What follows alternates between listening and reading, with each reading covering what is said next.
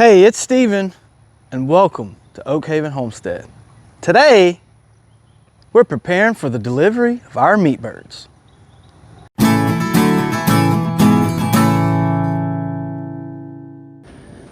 Well, thanks for staying with us. So today is all about preparation for meat birds. So we ordered meat birds a couple of months ago. Their hatch date was today, and we expect those to be here in a couple of days. And we're not ready for them. But lucky for us, we have everything we need to set up to take delivery of these meat birds. The first thing is brooding them. So we don't have a traditional style brooder. I actually built a brooder that we use that can be taken apart and put up when it's not being used throughout the year. So for that, first thing I want to take a look at is the brooder. So what we done was we took some 3/8 plywood and we ripped it in half. So I took a sheet of 3/8 plywood, we ripped it in half long ways, and then we cut notches into each end of the plywood here. And I'll get to this divider board in a minute. And then I have my ends pieces. So then we took another piece of plywood and we cut it 2 feet on the short way here. So I have 2 of these for each of the ends. Now this is where we're gonna set our brooding area up. We put a tarp down, we'll put our brooder walls up, and then we fill it up with pine shavings. So for these, I'm just gonna kind of demonstrate how this piece goes together so you can kind of see the construction of it. Not gonna go into the details of it. It's pretty self-explanatory. But you can come over here. So we'll take this first piece and then where these two are trimmed out, they just intersect here and voila. Now I have my brooder pen. Now this is a little less than 4 by 8 feet because of course I have 2 inches on each side of the board here, but we use this 4 by 8 area for 30 birds. Now you could add more birds to it. For us, 30 is kind of a good number for our family as far as the number that we want to process at one time when we do that twice a year. And it seems to have worked well for us. So what we're going to do is we're going to put this together and then we're going to come right back.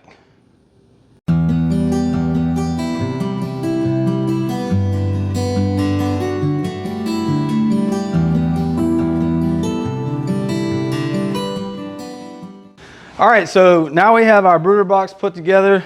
Again, it's pretty cool. Now you have to be careful because these pieces can break, but it just interlocks. And the neat thing about it is I can take it apart, put it up, stand it up on a wall somewhere out of the way of the shop, and I don't have a big box area that has taken up space in an already cluttered shop, which I won't show you that.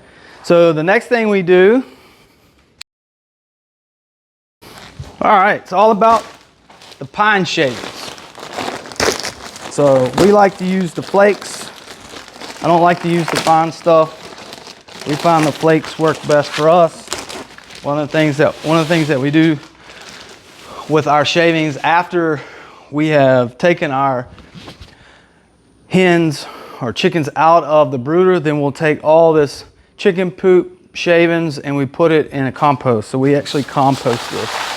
But what we're gonna do is we put a nice thick layer down on top of the tarp, and then as the chickens continue to dirty it up, then we just add to it. So I guess you'd say similar to the deep litter method a lot of people do in their chicken coops.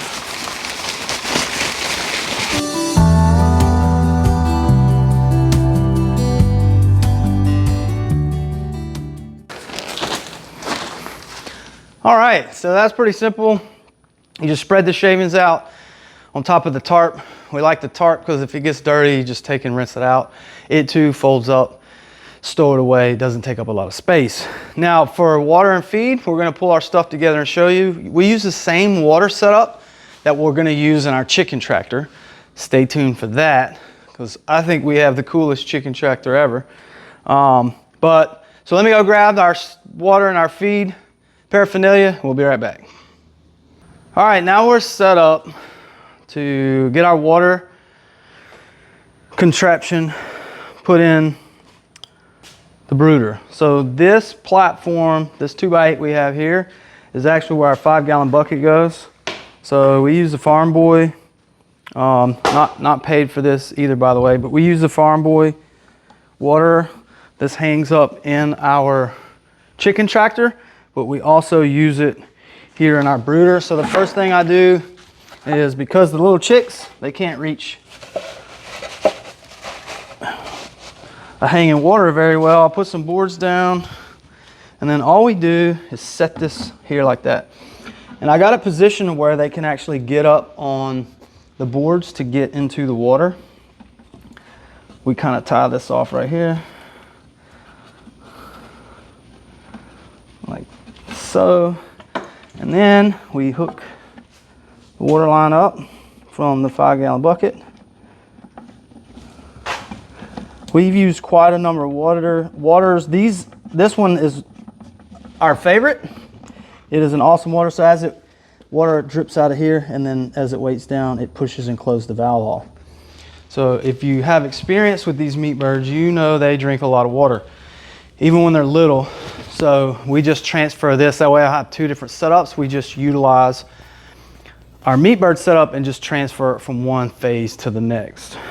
And then for our feeder, we just use a traditional style feeder, and then it sits in here like this for them to have access to their food. Here I don't have it set up yet, but when we do some videos later, our brooder light, so we do a heat lamp here. I actually will put boards off on this, and then we will hang our light here.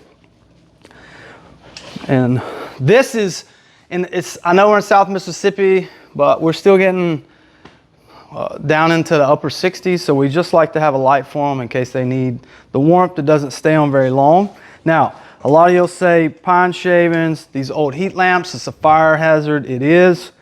We do tie this up though. We don't solely rely on the clamp. We use screws, and we also use rope to tie this up in case something were to break and fall. We don't want to fire. We actually had that happen to us in the past. Luckily, it just smoldered and didn't create a massive inferno. So, but that's it.